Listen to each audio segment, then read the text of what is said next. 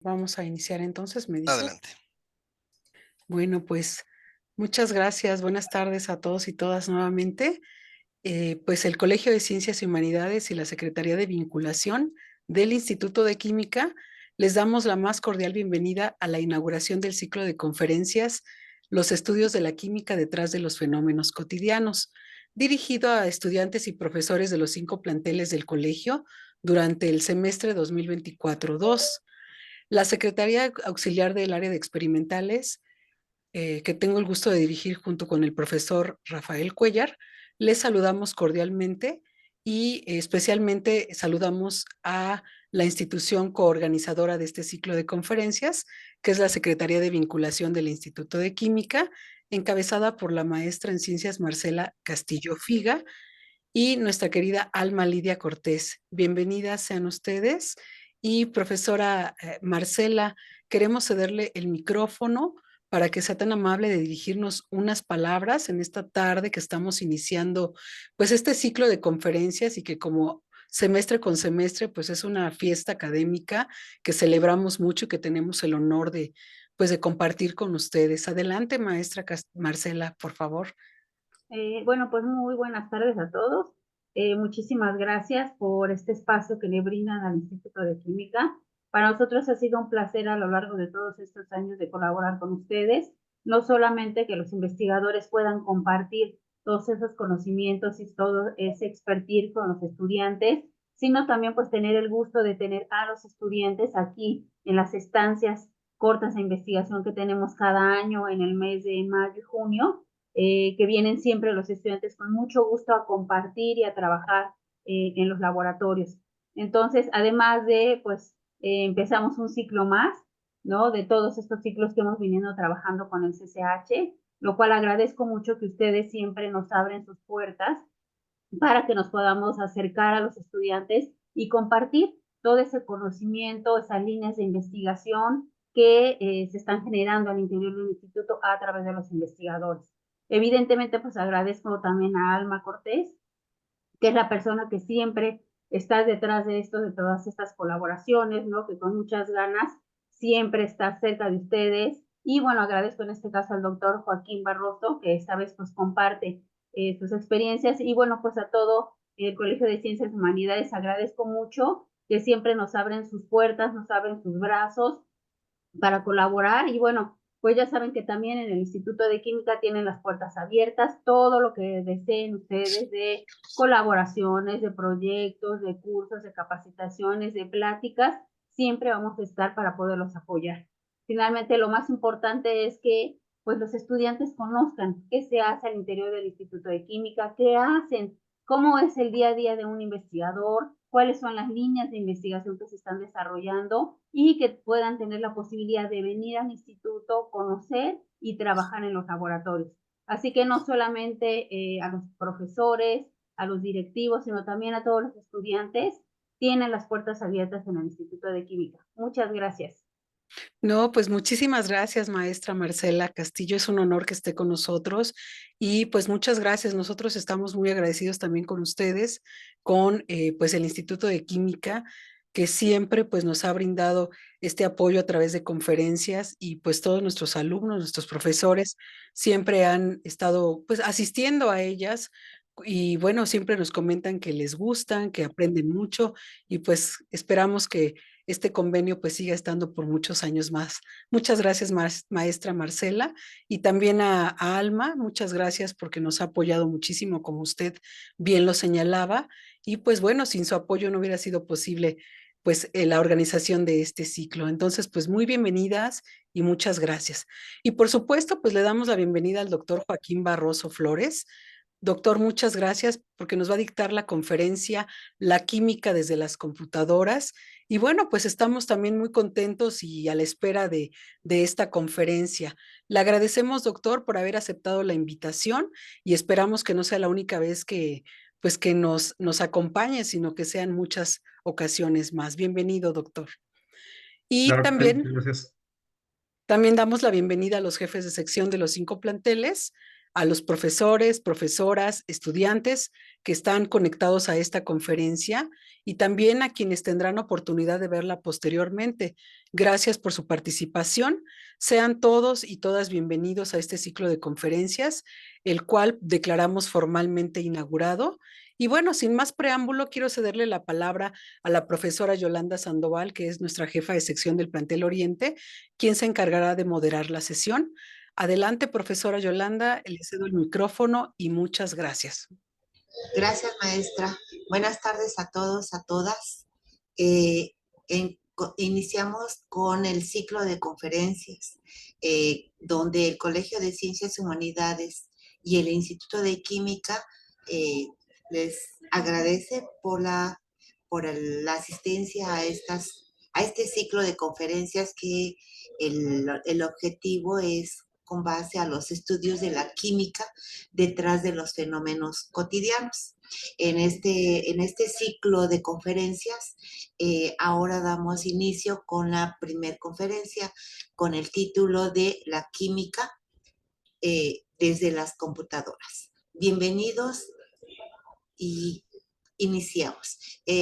Por el momento inicio con el, la trayectoria académica del profesor Joaquín Barroso. El doctor Joaquín Barroso Flores es investigador del Departamento de Fisicoquímica en el Centro de Conjunto de Investigación en Química Sustentable, por la Universidad Autónoma del Estado de México y la Universidad Nacional Autónoma de México. Está actualmente en el Instituto de Química. El doctor Joaquín Barroso obtuvo el grado de doctor en Ciencias Químicas en el 2007 por la UNAM, bajo la asesoría del doctor Cobordán en el ramo de Química Teórica y Computacional. En el 2005 el doctor Joaquín Barroso realizó una estancia de investigación en la Universidad Babes Bolyai en Cluj-Napoca, se ubica en Rumanía, bajo la asesoría del doctor Ioan Silagi Dumitrescu. Trabajó como investigador asociado por 3 años en el Centro de Investigación en Polímeros del Grupo COMEX en el 2006-2008 para los departamentos de Formulación y Física Aplicada. A finales del 2008 e inicio de enero 2010, realizó una estancia postdoctoral contratado como investigador científico 3 en la Universidad Babes Bolyai en el grupo de investigación del profesor doctor Ioan Silagi Dumitrescu, en colaboración con el doctor Kunsagi Sándor de la Universidad Científica de Pécs, que está en Hungría. En mayo del 2010 se incorporó al Instituto de Química, asignado al Centro Conjunto de Investigación en Química Sustentable,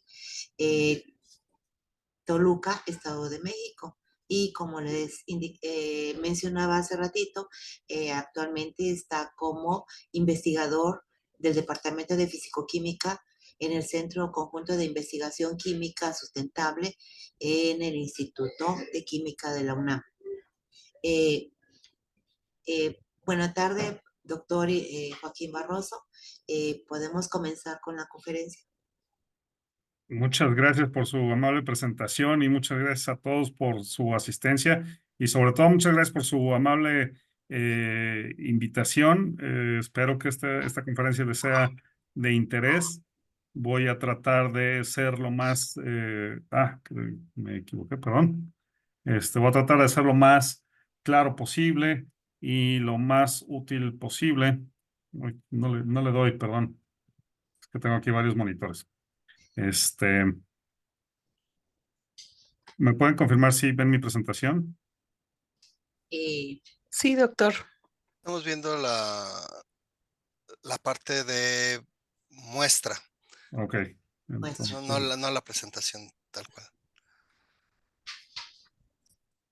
La de control. permíteme un segundo. Sí.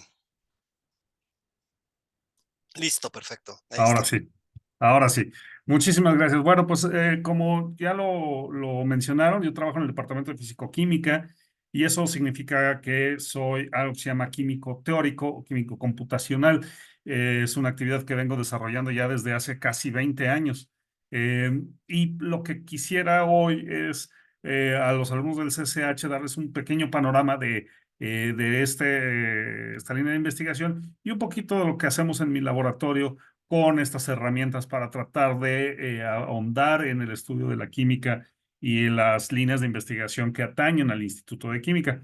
Antes de ello, como ya mencionaron también, muchísimas gracias, muy amablemente. Para los alumnos del CCH y en general el personal que no está tan familiarizado, el Instituto de Química ha hecho un gran esfuerzo en cumplir con la misión de la UNAM de llevar los recursos técnicos, económicos, físicos de la UNAM hacia el interior de la República, lo cual es lo que hace que la UNAM sea una universidad verdaderamente nacional. Este campus no es nada más un campus foráneo como el de Juriquilla o el de Ensenada o el de Morelia, que tienen un gran mérito, pero en este caso en particular ha sido un experimento muy exitoso ya de más de 10 años, ya de 15 años de hecho, en donde se unen las fuerzas de la Universidad Autónoma del Estado de México con las de la Universidad Nacional.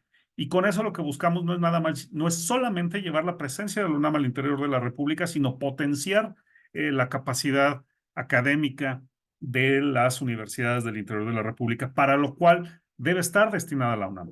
Entonces, creo que ha sido una gran colaboración, un gran atino, si bien la ciudad de Toluca, como están viendo, pues es bastante fría. Es un buen lugar para trabajar si alguno de los estudiantes que nos están viendo ahorita llegara a hacer una licenciatura en química, si son del área de Toluca, si les gustaría moverse fuera del Distrito Federal. Este es un gran lugar para trabajar, es un laboratorio de clase mundial, es un conjunto de laboratorios de clase mundial al que vale mucho la pena acercarse para hacer investigación o llevar a cabo estudios de posgrado o incluso tesis de licenciatura.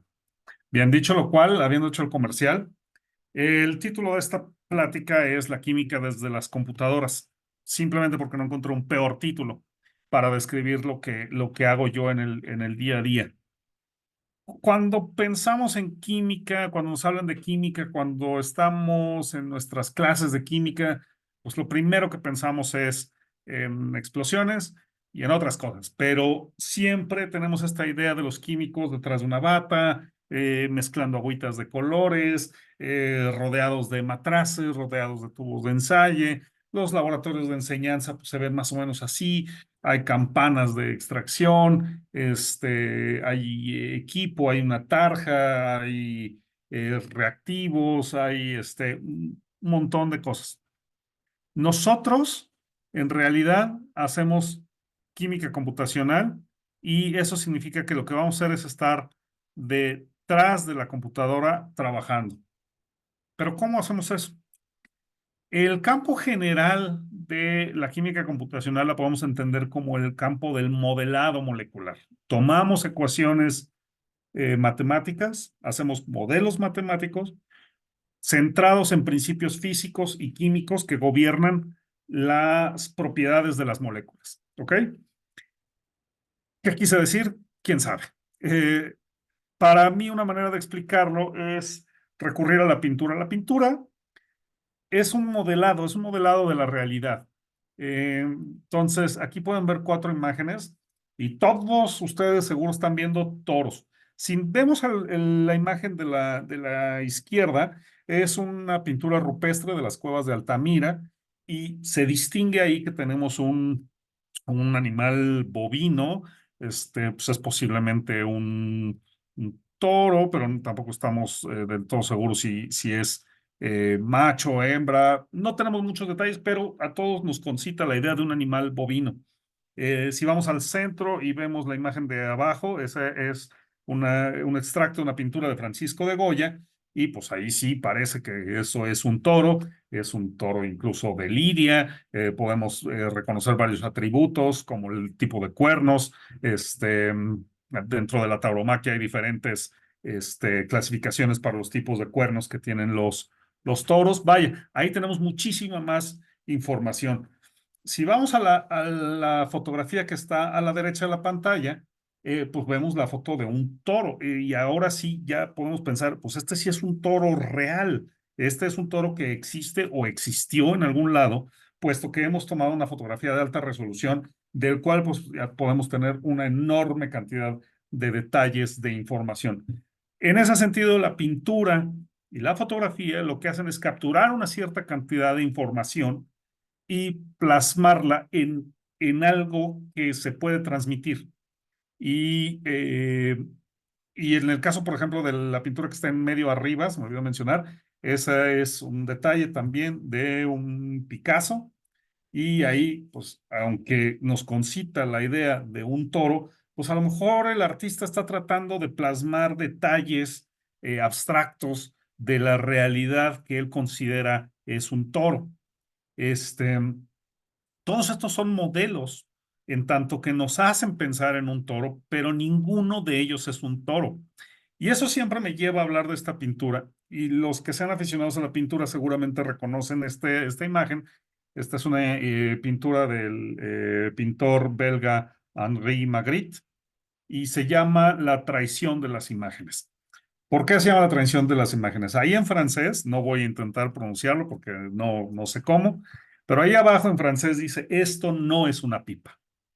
Esto no es una pipa. Entonces lo lanza el pintor como una provocación para decir, esto que está ahí no es una pipa, y todos pues, lo vemos y creemos, pues, claro, es una pipa. Pero en realidad no lo es, en tanto que no es un artilugio que yo pueda tomar entre mis manos, llenar de tabaco y fumarlo. Entonces, no es una pipa, es solo la imagen que nos concita la idea de una pipa. En realidad, pues incluso les estoy mintiendo, porque esa no es la pintura de Henri Magritte que se titula La traición de las imágenes. Es una reproducción digital de una pintura de Henri Magritte que se llama La traición de las imágenes.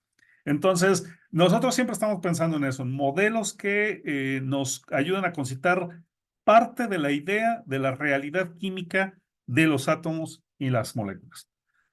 Dicho lo cual, pues la analogía se extiende y entonces eh, existen diferentes herramientas computacionales para poder llevar a cabo diferentes tareas en el ámbito de la química computacional y obtener diferentes propiedades de la materia. No me voy a meter mucho en los detalles de qué significa cada uno de esos nombres, pero basta decir que entre más preciso quiero que sea mi cálculo, entre mayor información o más difícil de extraer la información sea, pues más poder de cómputo voy a necesitar. Esto no es diferente a lo que hacen ustedes, por ejemplo, con sus videojuegos. Entonces, pues los que están ahorita en el CCH son muy jóvenes para recordar un Nintendo o o un Atari, mucho menos, pero en todo caso, pues eran videojuegos que tenían muy baja resolución, ¿se acuerdan? Y ahora cada vez más las imágenes se vuelven más y más realistas. Eso requiere mayor poder de cómputo. Aquí en estos 4 paneles, pues lo que tenemos es una figura humana. Y esta figura humana, pues requiere de más tiempo de pintura conforme más detalles quiero obtener. Todo es cuestión de necesidades, tiempos y recursos. A veces el dibujo más detallado no es el que gana el Pictionary, ¿no? Aquí pues vemos 2 dinosaurios y si alguien ha jugado Pictionary, pues sabe que uno gana sobre el otro. Bien, hasta ahorita lo que he comentado sobre los modelos tiene que ver con que utilicemos las leyes de la mecánica cuántica para poder llevar a cabo nuestros cálculos y poder obtener esa idea de la realidad química. Sin embargo, pues hoy en día estamos viviendo una revolución tan importante como en su momento fue la revolución del Internet y discutiblemente tan poderosa como en su momento fue la revolución de la electricidad. Y esa es la revolución de la inteligencia artificial. Si bien con limitaciones, con tropiezos iniciales, la inteligencia artificial está incidiendo en la forma en que hacemos química todos los días. Y nuestro trabajo se está haciendo más fácil por un lado, porque podemos analizar muchos más datos más rápido, pero a la vez está siendo mucho más difícil, porque el analizar millones de datos simultáneamente, pues no va sin sus errores potenciales. Sin embargo, la inteligencia artificial creo que en los próximos años va a ayudar mucho a automatizar el estudio de la química. E incluso ya empieza a ser realidad. Esta imagen es tomada del laboratorio del profesor Leroy Cronin en la Universidad de Glasgow. Y esto que están viendo ahí es una computer, una computadora, una quimiocomputadora. Entonces, eh, todo el equipo de laboratorio que ven ustedes dentro de un laboratorio de investigación, pues el profesor Leroy Cronin dice, bueno, ¿y por qué no lo automatizamos? ¿Por qué no lo embonamos con piezas de ingeniería eléctrica y mecánica para que el laboratorio pueda andar solo, ¿no? Desde lejos, a lo mejor. A lo mejor yo estoy en México y quiero hacer un experimento en Glasgow, o estoy en Toluca y quiero hacer un experimento en Colombia, en Bogotá. Pues, ¿por qué no solo juntarnos los investigadores por Zoom a platicar de los experimentos que podríamos hacer? ¿Por qué no incluso hacerlos a distancia?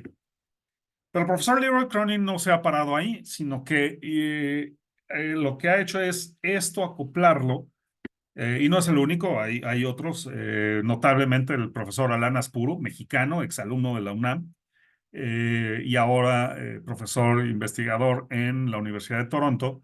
Lo que hace el profesor Aspuro es decir, bueno, esto está muy bien y lo podemos utilizar a distancia, pero lo quiero llevar todavía más allá. ¿Por qué no acoplarlo a una computadora y a un sistema de inteligencia artificial que aprenda de sus errores? Entonces, yo programo una síntesis que se lleve a cabo en todos estos piezas de equipo de laboratorio y tiene además acoplados los sistemas de análisis para saber cuál fue el resultado, en qué rendimiento, cuáles son sus propiedades eléctricas, electrónicas, etcétera. Y ahora esa información que regrese al sistema para que sea el sistema el que plantea un nuevo experimento. Entonces, esta va a ser la siguiente gran revolución en la química. Obviamente está todavía en sus inicios y poco a poco vamos a ir llegando a estas latitudes. En México no es la excepción y tenemos un gran interés en abordar estos temas e incluso empezamos ya a hacer algunas colaboraciones. Y bueno, esto es hasta aquí un panorama de todo lo que se puede hacer en química teórica o en química computacional. Quito para entender que la química computacional pues no es un área separada de la química, es un área que apoya el desarrollo de la química e incluso puede llevar a cabo el desarrollo de la química por sí mismo.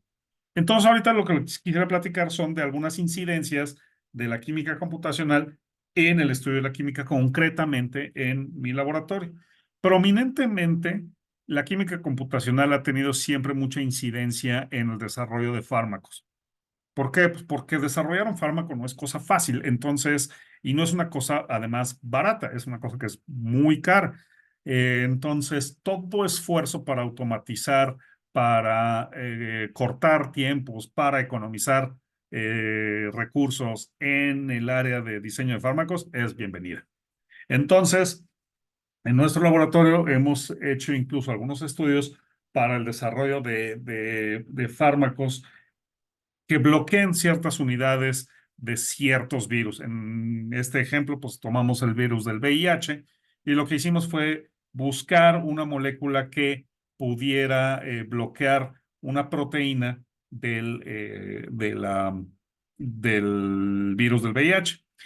Si hay algo que quiero convencerlos el día de hoy, es que la química computacional nos da una mirada, nos hace una pintura de la química que los experimentos no siempre pueden.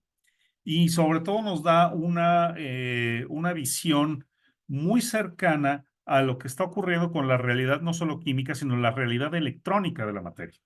Entonces, lo que hicimos fue tomar un fármaco que ya está reportado y pues el gran adagio en química es el que pega primero pega dos veces. Entonces, si esto es un fármaco que le puede servir a este paciente para detener el progreso de la infección, pues a lo mejor si hago una pequeña modificación, pues lo puedo mejorar o lo puedo empeorar, pero estoy dispuesto a probarlo en pacientes humanos. No puedo. Lo puedo hacer en in vitro, es decir, en cajitas Petri. Pues sí, pero no es muy realista. Lo puedo hacer en ratones también, pero me va a llevar muchísimo tiempo. La química computacional entonces lo que hace es, vamos a tomar aquí una biblioteca enorme y estoy hablando de 16 millones de compuestos, fue lo que agarramos, y esos 16 millones los insertamos dentro de la proteína, dentro de nuestra computadora, obviamente, y dejamos correr la simulación, dejamos que las moléculas se acomodaran de la mejor manera. Y haciendo uso de nuestros modelos matemáticos basados en principios físicos, pues me dice, esta molécula se adhiere mejor a este sitio activo, es posible que tenga una mejor actividad que el fármaco de referencia. Ahora, si yo soy capaz de conocer la superficie de una proteína y encajar diferentes moléculas, estoy haciendo que se reconozcan. Entonces, ¿por qué no seríamos capaces a lo mejor de hacer moléculas que reconozcan fármacos? Y eso es lo que hemos hecho durante muchos años, utilizando estas moléculas que me parecen muy interesantes, que se llaman calixarenos, las cuales funcionan como unas trampas que se pueden abrir y cerrar más o menos a voluntad y que pueden atrapar diferentes cosas en su interior.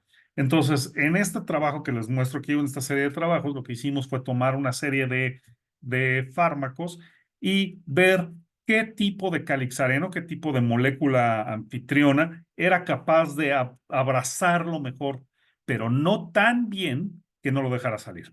Entonces, aquí hicimos una serie de cálculos y simulaciones que me permitían saber con qué fuerza se agarraba el huésped al anfitrión o el anfitrión al huésped, como lo quieran ver, pero a la vez, pues qué tan fácil lo iba a dejar.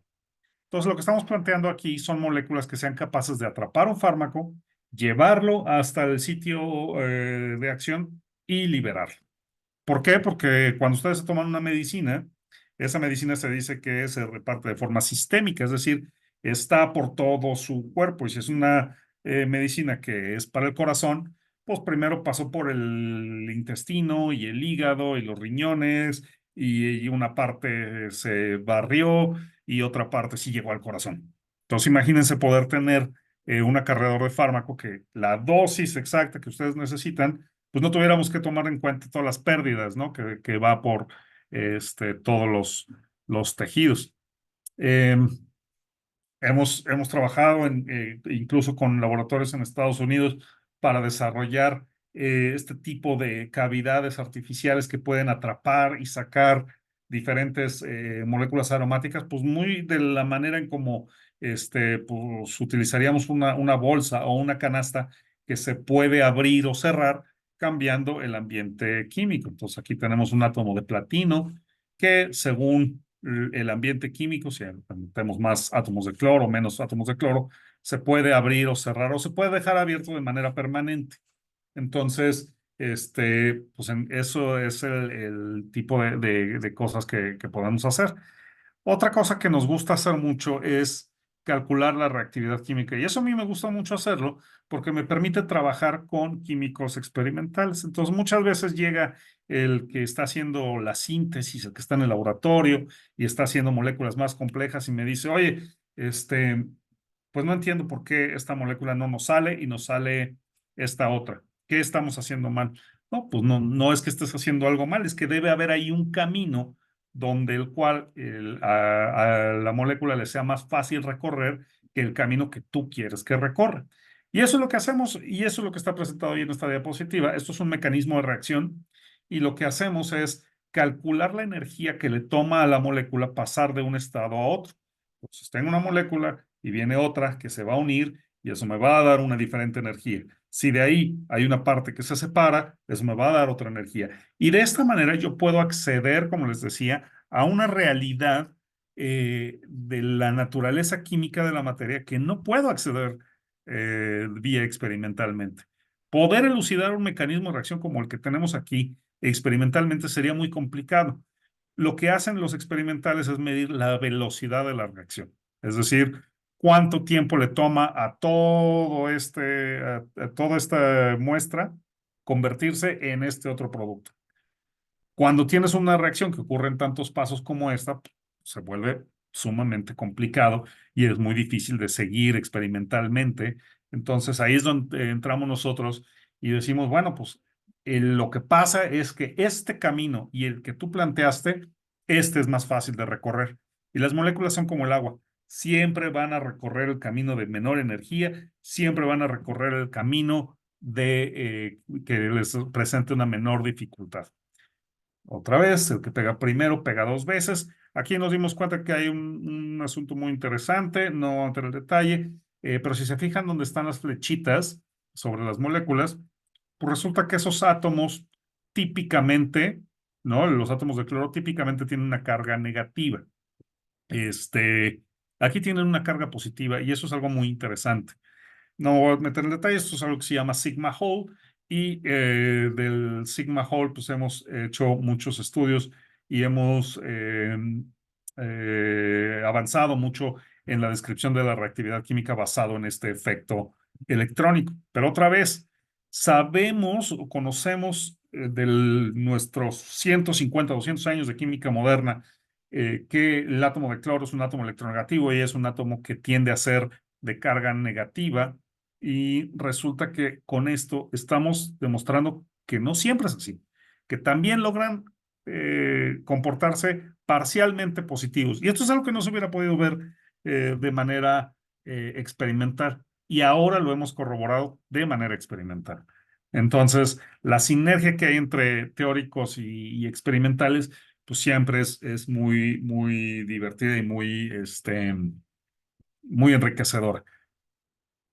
En estos caminos también luego nos dicen, o sea, a lo mejor si ya llevaron química, si medio ubican estas cosas, los electrones viven en unas cosas que se llaman orbitales, y estos orbitales parecen globos de fiesta, y pues, los electrones se mueven de un orbital a otro, y estos orbitales se combinan para formar enlaces químicos. Todo eso también lo podemos ver, y a veces es interesante para el investigador saber cuál es ese camino y cómo se doblan los electrones como globos de feria alrededor de las moléculas. Nos gusta incidir en el área de fármacos. Lo que ven ahí es la síntesis de un fármaco que se llama propanolol. Y si siguen el código QR, los va a llevar a un muy bonito video sobre cómo se van recombinando los orbitales para formar los enlaces. Es decir, esta misma figura, pero en película. Entonces, si gustan seguirlo, adelante. Pero nos gusta mucho en mi laboratorio hacer cosas que tienen que ver con bioquímica, concretamente con la naturaleza, y están insertas en algo que yo le llamo la iniciativa o el proyecto sobre el origen de la vida. Es un nombre muy ambicioso, pero hay dos grandes grupos de moléculas que son parte esencial de la vida en la Tierra, y una son las clorofilas. La fotosíntesis es un proceso sin el cual no habría vida en la Tierra. Muy probablemente está ligado al origen de la vida en la Tierra. Y es un proceso del que sabemos muchísimo en la parte química, en la parte biológica, pero en la parte física, en la parte electrónica, no tanto. La parte física todavía nos elude un poco acerca de cuáles son los mecanismos en cómo la radiación del sol es tomada por alguna molécula y se va moviendo a lo largo de todos los complejos antena, de todos los receptores de luz, hasta llegar a donde tiene que llegar para empezar el ciclo de reacciones químicas. ¿Ok? Y eso es a lo que nos dedicamos a estudiar nosotros en nuestro laboratorio. Nuevamente, pues si conocemos la estructura electrónica de cada molécula, pues, podemos conocerla sobre cada uno de sus estados electrónicos. Una vez que a la molécula le incide luz, pues esta molécula cambia ligeramente su estado electrónico y se vuelve un estado excitado. Eh, de ahí viene el proceso de fluorescencia o de fosforescencia. Entonces, recientemente lo que encontramos en el campo de la fotosíntesis es que hay mecanismos en los cuales se incrementa la eficiencia de la captura de luz, dividiendo cada uno de los fotones. Este es un mecanismo que ocurre prominentemente en celdas solares de última generación, pero resulta ser que la naturaleza ya lo había pensado antes. Y ahora lo que nos falta es probarlo experimentalmente, pero resulta ser que este mecanismo sí está presente en organismos naturales. Entonces, la naturaleza ha adaptado un conjunto pequeño de moléculas a las diferentes condiciones de luz.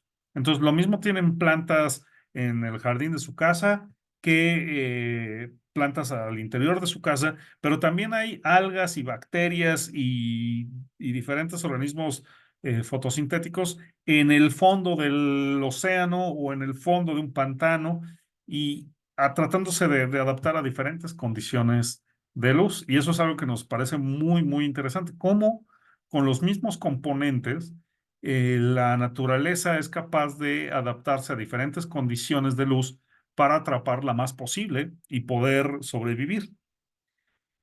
Bien, si les dije que había dos grandes grupos de moléculas, ¿no? Que estaban relacionados con la vida en la Tierra y el origen de la vida en la Tierra. ¿Cuál será el segundo? Pues si no, el ADN. Y el ADN es otra de mis moléculas favoritas y me parece sumamente fascinante. Primero, pensar que esta molécula tan compleja y a la vez simple sea la base de toda la vida en la Tierra. Ustedes saben que el ADN está en nuestras células, que es un código, está compuesto de 4 moléculas diferentes, adenina, timina, citosina, guanina, y la forma en la que yo los voy ordenando le dice a la célula cosas, le da instrucciones a la célula para hacer pues, su vida diaria, ¿no? Para poder sobrevivir, para poder reproducirse, para poder repararse.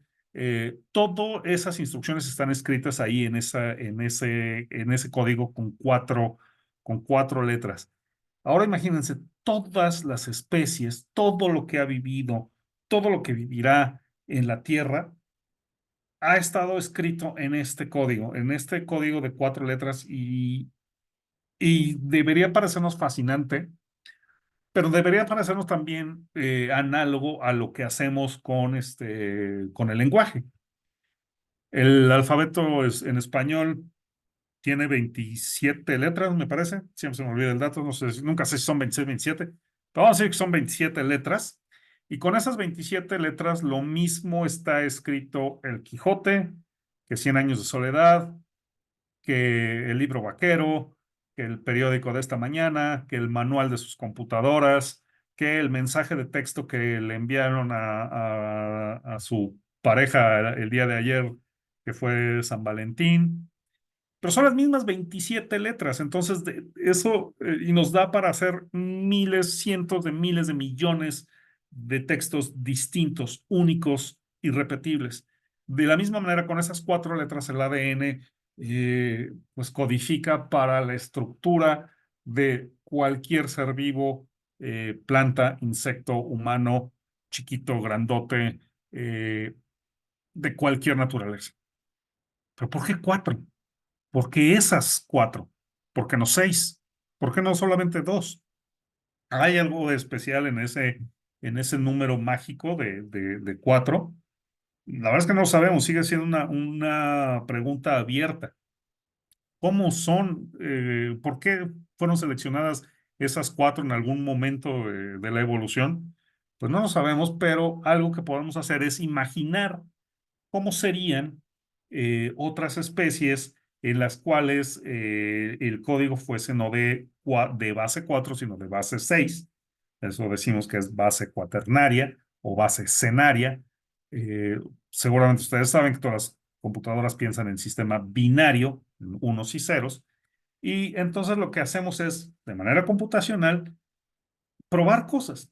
Y en este caso había un investigador en La Joya, en San Diego, y ellos propusieron estas moléculas que aquí están marcadas como X y Y, y lograron introducirlo dentro de una bacteria y la bacteria no se murió. Y ahí estuvo este lo llamamos par de bases no canónico o no natural, y ahí logró estar dentro del ADN. Pero lo que dijimos un colega mío, el doctor Rodrigo Galindo, que en ese entonces estaba en la Universidad de Utah, y yo dijimos, ahí hay algo raro. Es como decir que el cierre de una chamarra se mantiene cerrado a pesar de que le falta un diente. Bueno, pues sí, le falta un diente, pero si le faltaran 50 dientes, pues muy probablemente ya no quedaría cerrado. Entonces, nos dimos a la tarea de hacer cálculos y simulaciones para saber qué pasa si metemos no solamente uno de estos pares, sino muchos. Entonces tomamos esta molécula que ven aquí dando vueltas y calculamos diferentes parámetros. No me voy a meter en los detalles, pero lo que hicimos fue calcular la energía con la que se unen y compararlo con la energía que se unen los pares de toda la vida, el de citosina guanina y adenina timina. Y empezamos a encontrar cosas que en realidad no se une con el otro, sino que se une con los de arriba y los de abajo. Entonces ahí dijimos, lo que pasa es que están haciendo trampa. Lo que está manteniendo unida a la doble hélice del ADN no son esos dos, o más bien no están aportando a unirse a la doble hélice, sino es el resto de las bases. ¿Qué pasa si entonces ponemos muchas más de estas bases dentro de una doble hélice? Y pues pasó lo que tenía que pasar, lo que nosotros ya vislumbrábamos, es que si metíamos 2, la doble hélice ya no se mantiene tan bonita como la de la izquierda. Empieza a fluctuar, es un proceso que se llama fraying en inglés, en español se deshilacha la doble hélice, y yo dije, vamos a llevarlo al extremo, y en vez de que haya una sustitución o 2 sustituciones, ponle 8 sustituciones de esta cosa. Mi amigo no quería hacerlo porque decía que no iba a tener un sentido químico, y yo, pues por eso es lo que quiero que veamos. Y sí, rápidamente la estructura del ADN pues se le daría al traste, se echaría a perder, y con ello lo que ocurriría pues es que se activarían un montón de mecanismos, de mecanismos de reparación del ADN. Entonces ahora, bueno, estas no, pero que sí cabe. Otra vez, pues podemos nosotros eh, ponernos a pensar en diferentes posibilidades de diferentes moléculas que quepan dentro del ADN, y calcular esto ha sido un trabajo monumental de años. Hacer las simulaciones de ver cómo queda la doble hélice después de que se incluyen estas moléculas, pues ha sido un proceso muy largo. No podríamos hacerlo sin la supercomputadora de la UNAM. La supercomputadora de la UNAM ha sido una gran herramienta de trabajo para poder llevar a cabo todos estos proyectos. Entonces, lo que quisiera que se quedaran hoy, el mensaje que quisiera que se quedaran hoy, es que la química no está centrada solamente en lo que podemos hacer en el laboratorio, en lo que podemos sintetizar, sino hay una visión más allá del laboratorio acerca de la realidad química de la materia. Esto es lo que hacemos en el laboratorio de química computacional que tengo a bien dirigir acá en Toluca y al cual espero que un día alguno de ustedes se acerque y contribuya con su ingenio, con su iniciativa y con su creatividad a estos proyectos y que juntos podamos algún día a lo mejor descifrar por qué el ADN escogió estas 4 bases o cómo es que la fotosíntesis resulta tan eficiente en lugares donde no debería ser eficiente, o descubrir cómo hacer un nuevo catalizador para la industria de manera mucho más eficiente, o de aplicar el conocimiento de inteligencia artificial para poder desarrollar nuevos fármacos. Les agradezco mucho por su atención. Esto es todo por mi parte. Y si alguien tiene preguntas, pues adelante. Muchas gracias. Gracias, doctor. Sí, ahí tenemos unas preguntas desde el inicio de su presentación. Si gusta, se las leo y Gracias. usted, bueno, empiezo una con una porque a veces no son semejantes o no están en el mismo, porque sí, durante el desarrollo del tema fueron diferentes. Bueno, comienzo. Dulce Maite Padrón pregunta, ¿cómo se utilizan las bases de datos químicas en la investigación computacional? Se utilizan muchísimo. Si yo quisiera eh, partir de cero todo el tiempo, eh, pues gastaría muchísimo tiempo. Hay bases de datos como ChemSpider, como Zinc, como pues, un montón de bases de datos de donde podemos extraer un montón de información de la cual partimos nosotros para poder llevar a cabo nuestros estudios. Pero además son colecciones de millones y millones de datos con los cuales podemos hacer modelos de inteligencia artificial, concretamente de machine learning, para que a partir de todo el conocimiento y todos los datos que aparentemente no, a golpe de vista no tienen sentido, las computadoras son muy buenas para encontrar patrones. Y en las bases de datos hay escondidos muchos patrones.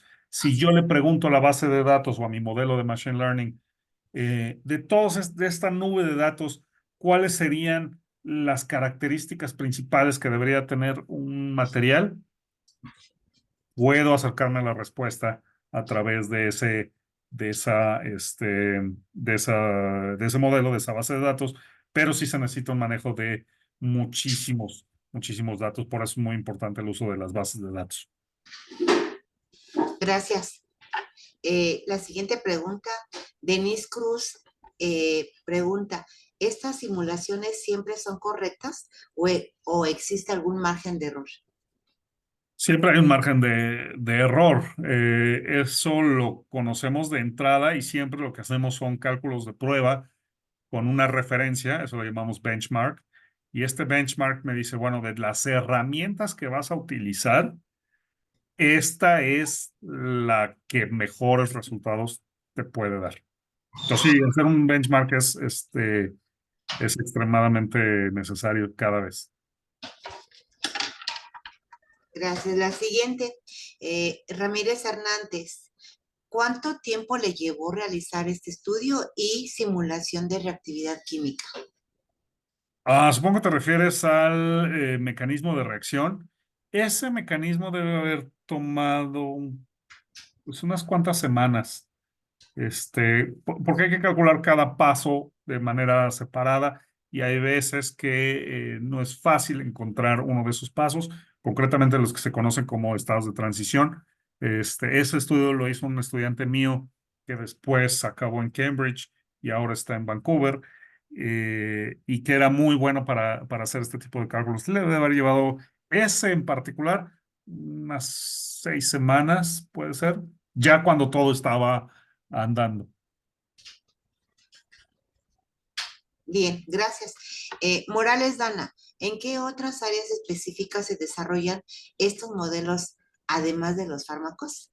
En todas, desarrollo de baterías, desarrollo de materiales plásticos, desarrollo de catalizadores, desarrollo de, pues sí, prácticamente de cualquier ámbito de la industria química. Estos modelos tienen un impacto porque reducen el tiempo de experimentos que tú tienes que hacer en el laboratorio, acercándote a una o acotándote a una respuesta correcta. Como cuando estuvo trabajando en Comex, ¿no? Por ejemplo, en Comex hacíamos simulaciones para ver cómo interactuaban diferentes superficies con diferentes aditivos. Las pinturas que utilizamos, pues tienen eh, granitos, partículas de pigmento que tienen que ir recubiertas por el plástico de la pintura, que es lo que lo adhiere a la pared, pero para que se unan hay que utilizar tensoactivos, hay que utilizar dispersantes, porque si no, de otra manera, los granitos de pigmento se pegan unos con otros y lo que quieres es que estén lo más separados posible a lo largo de tu pared. Entonces, sí, en cualquier rama de la industria química hay mucha necesidad de la simulación. Gracias. Joana Cano, como estudiantes, ¿cómo podemos usar esta información en nuestra vida cotidiana? Como estudiantes, yo les sugiero que ahorita que están en el CCH, aprendan a programar. Aprendan a programar en Python y no importa si van a estudiar química, no importa si van a estudiar leyes, no importa si van a estudiar administración.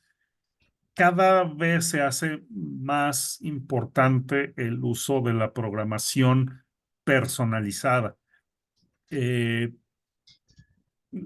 Obviamente, si están en el CSH, pues son demasiado jóvenes para conocerlo, pero hubo un tiempo que no existía Word. Las cosas se hacían con una máquina de escribir. Y en esa transición, pues hubo gente que decía, ¿qué necesidad de utilizar una computadora? No puedo hacer con ella algo que no puedo hacer con mi máquina de escribir. A ustedes eso ya les debería de sonar absurdo, ¿no? Y ya nadie usa una máquina de escribir, utilizamos una computadora, aun cuando a veces hace las veces de una máquina de escribir. Entonces, estamos justo en esa revolución de la inteligencia artificial que va a impactar todas las áreas del conocimiento, todas las áreas de la actividad económica. Y decía un colega, y tiene razón, parafraseando a este colega, yo les diría que en el caso de los químicos, la inteligencia artificial no va a desplazar a los químicos, pero los químicos que sí sepan utilizar inteligencia artificial van a desplazar a los que no. Y lo mismo va a pasar con otras actividades. Entonces, mi consejo es para el día a día, aparte de que está padrísimo conocer sobre química y cómo funciona la materia a nivel atómico, mi mensaje también es aprendan a programar desde ahora y lo antes posible. Claro, gracias. Alexa, ¿cómo funciona el modelo computacional mostrado? Es decir, ¿cómo puede este predecir los resultados arrojados? No sé a cuál te refieres, pero lo que hacemos es, durante muchos años, muchos investigadores han desarrollado herramientas para cada propiedad que se pueden imaginar. Entonces, tengo la estructura de una molécula y quiero ver qué energía me toma romper uno de sus enlaces. Bueno, pues hay herramientas hechas basadas en la física del enlace químico que me permiten calcular cómo ese enlace químico se forma y se rompe, y de ahí puedo obtener la energía o la propiedad que a mí me interese. Entonces, no es que prediga necesariamente, sino que lo que hace es calcularlo. Entonces, así como en tu clase de física tú puedes calcular cuánto tiempo le va a llevar a un balón que sale disparado en tiro parabólico llegar de un lado a otro, pues igual, nada más que acá las ecuaciones son distintas. Ahora, en el caso de los modelos de inteligencia artificial, pues la predicción está hecha por patrones. Entonces, de la misma manera que cuando tú ves a uno de tus amigos en la calle y lo reconoces, no lo reconoces porque vayas viendo, a ver, estos dos ojos son del mismo color de los de mi amigo, ok, y esta nariz es exactamente igual a la que tiene mi amigo, ok, y el cabello lo tiene igual que mi amigo, ok, y hasta que llenas todos esos requisitos dices, ah, ya reconocí a mi amigo. No, Sí. lo reconoces a golpe de vista. Y eso es lo que hacen un poco los modelos de inteligencia artificial. Pero para reconocer a un amigo a golpe de vista, lo tienes que haber visto muchas veces, ¿no? ¿Cuántas veces nos pasa que conocemos a alguien y nos presentan a alguien y lo volvemos a ver tiempo después y yo ya te conocía? Ah, pues no, no, ni me acuerdo, ¿no? Esa es un Gracias. poquito la lógica. Sí, muchas gracias. Sí, qué bien. Ya la entendí. Emanuel Tenorio, ¿cómo se logra hacer esa división de fotones para realizar el proceso que se menciona? Eso es una historia muy bonita. Hice un poquito de trampa. No se divide el fotón, se divide el efecto del fotón. Entonces, tienes dos moléculas, en este caso de clorofila, y están pegaditas uno de la otra. El fotón, que es esta partícula de luz que viene del sol, le pega a una y la lleva a un estado de energía más alto. Ahí pueden pasar varias cosas. La primera es que este exceso de energía, esta molécula lo aviente al medio y regrese a su estado original. Puede también transferirlo a la que está pegadita. Y si la transfiere, pues van a cambiar de lugar. Ahora bien, a veces lo que ocurre es que hay estados intermedios a los que se puede acceder. No es fácil, hay que cumplir una serie de requisitos físicos para que eso se pueda dar de manera natural. Y entonces lo que pasa es, es llevado a cabo, es golpeado por un fotón, es llevado a un estado de mayor energía y le transfiere solo parte de la energía a la de al lado. Entonces ahora es como si en vez de que este fuera excitado hasta arriba, solamente fue excitado a la mitad y este también. Entonces el fotón no se dividió, lo que se divide es el efecto. Eso se conoce como fisión de singuletes y es como tener dos fotones, pero de mitad de la energía. Los que hacen fotovoltaicos, perdón, materiales fotovoltaicos, dicen que se obtiene el doble de corriente a la mitad del voltaje. Entonces siempre hay un penalty que hay que pagar y en este caso es la energía. Pero sí, es un proceso muy interesante. Sí, gracias. Eh, Ramírez Hernández, eh, su pregunta es, ¿considera que existe alguna desventaja al utilizar la química computacional para el análisis y creación de simulaciones moleculares? Desventajas. En ciencias computacionales hay un adagio, un dicho que dice, basura entra, basura sale. Como cualquier otra herramienta, está sujeta al usuario. Entonces, si se toman malas decisiones en los diferentes pasos que hay que tomar para llevar a cabo una simulación o un cálculo de estos, pues resultados negativos van a obtenerse. Es por ello que se requiere de un entrenamiento acucioso en estas herramientas. Para evitar. Bien, gracias. Carole Gualito, ¿qué programas se utilizan para realizar estas simulaciones? Hay muchos programas especializados, dependiendo del tipo de simulaciones. Los nombres, bueno, pues Gaussian, QChem, NWChem, Amber, GROMACS, muchísimos, existen muchísimos, muchos son de software libre, muchos otros son de licencia pagada, y muchos lo que hacen es escribir su propio código, lo cual ya requiere de un nivel de proficiencia computacional pues muy avanzada. Sin embargo, para los casos, salvo para los casos más pequeños, estos programas difícilmente te pueden ayudar en una simulación en una computadora regular. Y se necesitan computadoras de grandes a muy grandes. Bien, gracias. Le voy a leer dos preguntas, porque me parece que están relacionadas.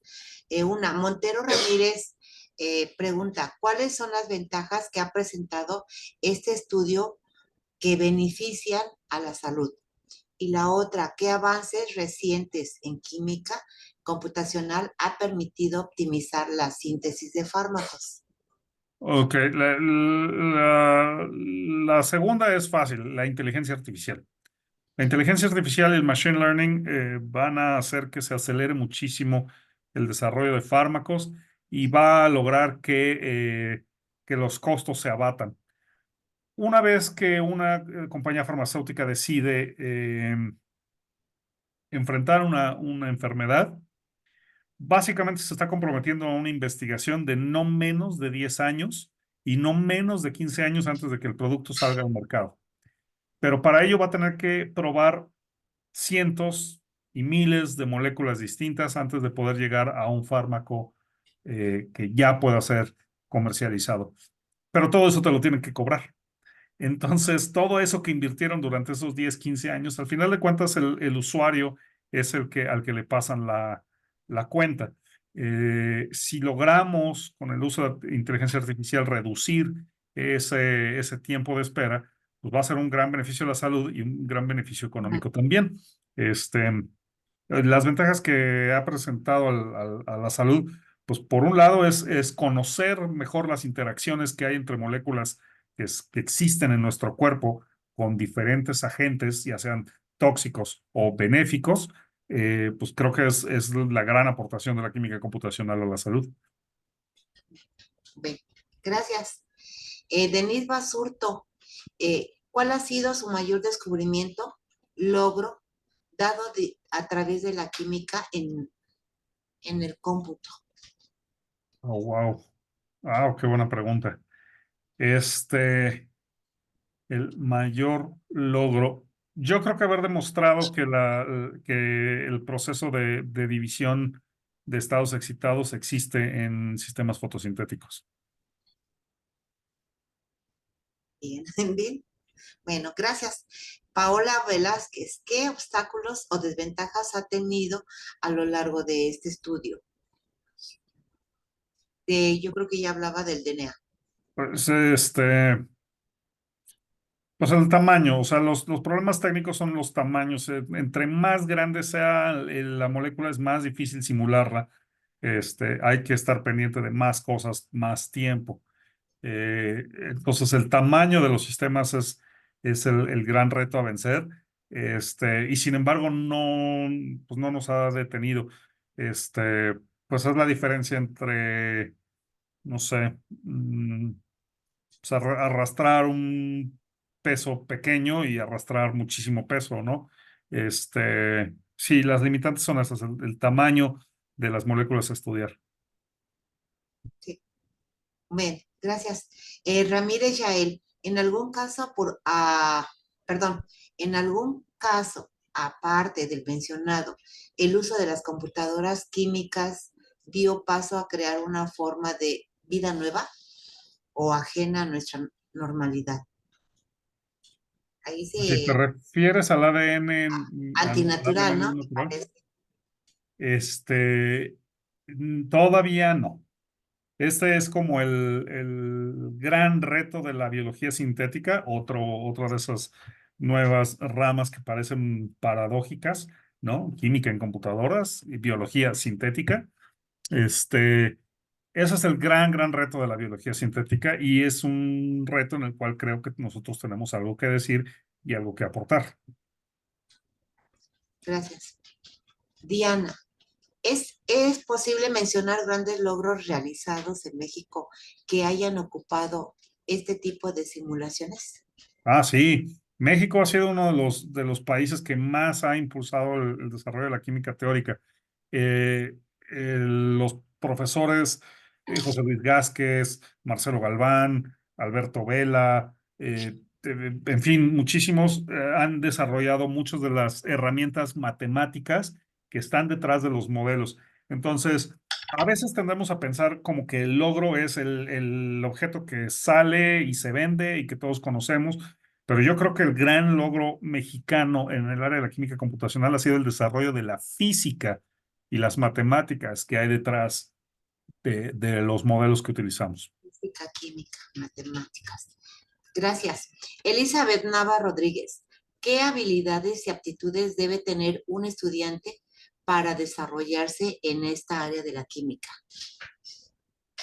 Eh, pues mucha intuición química y a lo mejor de manera poco intuitiva, ¿no? Pero de repente llegan a mi laboratorio a trabajar gente que sabe mucho de computadoras, sabe mucho de programación, sabe mucho de física, pero no sabe nada de química. Entonces, pues la intuición química quizás sea un defecto de mi formación, pero yo encuentro que la intuición química ha sido invaluable para llevar a cabo nuestras investigaciones. Ahora, dicho lo cual, si he de ser sincero con ustedes, y es un consejo, eh, yo siempre voy a preferir en mi laboratorio estudiantes que sean trabajadores, que tengan ganas de aprender por sobre los estudiantes brillantes.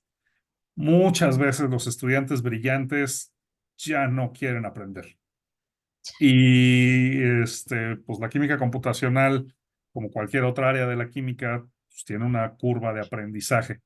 Entonces, eh, pues así como un vaso lleno de agua, ya no le cabe más, pues siempre traten de pensar que a su vaso de agua le quepa más. Entonces, mucha disposición de aprender, mucha paciencia para aprender también. Bien, gracias. ¿En qué parte de la química se utiliza más la inteligencia artificial? Buena pregunta. No sé. Yo creo que en el desarrollo de fármacos, otra vez, es donde hay muchísimo dinero involucrado y muchísimas pérdidas de dinero involucradas. Entonces, yo creo que debe ser en el desarrollo de fármacos, pero básicamente está impactando todas. Pues sí. Hilary, ¿cómo se aplican los modelos de la química computacional en la química tradicional? Bueno, pues un poquito como hablaba, ¿no? Dependiendo de lo que mis colegas en el laboratorio quieran aprender o quieran entender acerca de lo que están haciendo en el laboratorio, me preguntan a veces, ¿cómo es más fácil que esta molécula se una a un metal? ¿Así o así? Bueno, pues yo puedo calcularlo de las dos maneras y te voy a dar una respuesta, ¿no? Entonces depende mucho de la pregunta que tenga mi colega experimental, pero pues básicamente con todas las herramientas que estuve exponiendo el día de hoy, podemos darle una respuesta a todas sus preguntas. Como en la figura que tiene presentada, ¿no? Del DNA Por ejemplo, natural, ahí tiene diferente posición de las moléculas. Bueno, eh, exactamente. Paola Velázquez, ¿cómo han evolucionado las simulaciones moleculares en los últimos años? ¿Y cuál es su impacto en la comprensión de las reacciones químicas? Esa.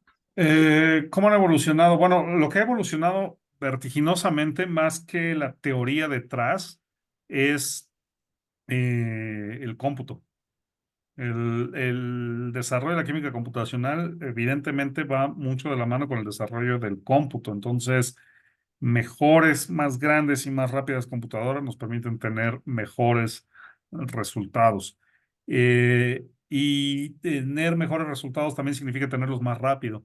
Entonces, entender una reacción química, pues lo podemos hacer mucho más rápido ahora y podemos explorar. ¿Se acuerdan que les dije que nosotros calculábamos el camino, ¿no? de una molécula para llegar de un punto a otro, para llegar de una transformación a otra? Pues ahora podemos explorar muchos caminos a la vez y eso le da al químico sintético un panorama mucho más amplio de qué es lo que está ocurriendo con sus moléculas durante la reacción química. Sí, la programación, como decía. Eh, y la última, Jocelyn Susana Gómez, ¿por qué el mecanismo de reconocimiento en el ADN antinatural es incierto? Está diciendo. Porque no, regresar. Las bases o nucleótidos canónicos, los de toda la vida, en este caso citosina, guanina, que se ve aquí arriba y aquí abajo, forman puentes de hidrógeno. Entonces eso está muy, muy claramente observado, medido, calculado. hay mediciones experimentales, eso lo conocemos muy bien. Sin embargo, estas moléculas de ADN, no, bueno, o más bien estos nucleótidos no naturales, no forman estos puentes de hidrógeno. Y al Sí. no formar esos puentes de hidrógeno, pues realmente no podemos hablar de que haya un reconocimiento molecular dirigido. En el caso del ADN natural, adenina siempre se junta con timina, citosina siempre se junta con guanina, y eso pues, quiere decir que hay un reconocimiento molecular. Con estas moléculas X y Y, pues, no hay tal. Entonces, otra de las cosas que hicimos fue calcular, no lo presenté, pero lo que hicimos fue calcular cuál es la energía que tienen X y Y al juntarse con las otras cuatro, adenina, timina, citosina y guanina. Resulta que prácticamente ni se enteran, les da lo mismo. Entonces, no hay un reconocimiento molecular entre esas bases. Lo que nosotros queremos es desarrollar moléculas que sí se reconozcan selectivamente, pues, para poder complementar una base escenaria, o sea, una base 6 de nucleótidos no naturales que se acoplen a los otros 4. Sí, muchas gracias. Así como en la vacuna del COVID, ¿no? Tuvieron que encontrar. Le agradezco, doctor Joaquín Barroso, esta interesante y muy buena conferencia. Muchas gracias. Le dejo la palabra a la maestra Margarita. Gracias. Muchas gracias, maestra Yolanda. Le agradecemos por esta moderación de la sesión. Muchas gracias, profesora. Y sobre todo agradecemos al doctor Joaquín Barroso. Gracias, doctor, por esta gran conferencia. Pues sin duda todo lo que nos explicó fue sumamente interesante. La IA y el Machine Learning, sin duda, pues son poderosas herramientas que ayudarán al desarrollo exponencial de la química. Muchas gracias, doctor. Y también queremos agradecerles a todos los que permanecieron conectados. Los invitamos a las demás conferencias del ciclo, las cuales serán igualmente interesantes. Esperamos que puedan acompañarnos.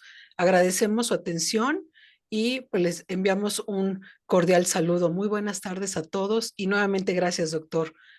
Un aplauso al doctor. Muchas gracias. Muchísimas gracias a ustedes y gracias a todos los que se quedaron conectados.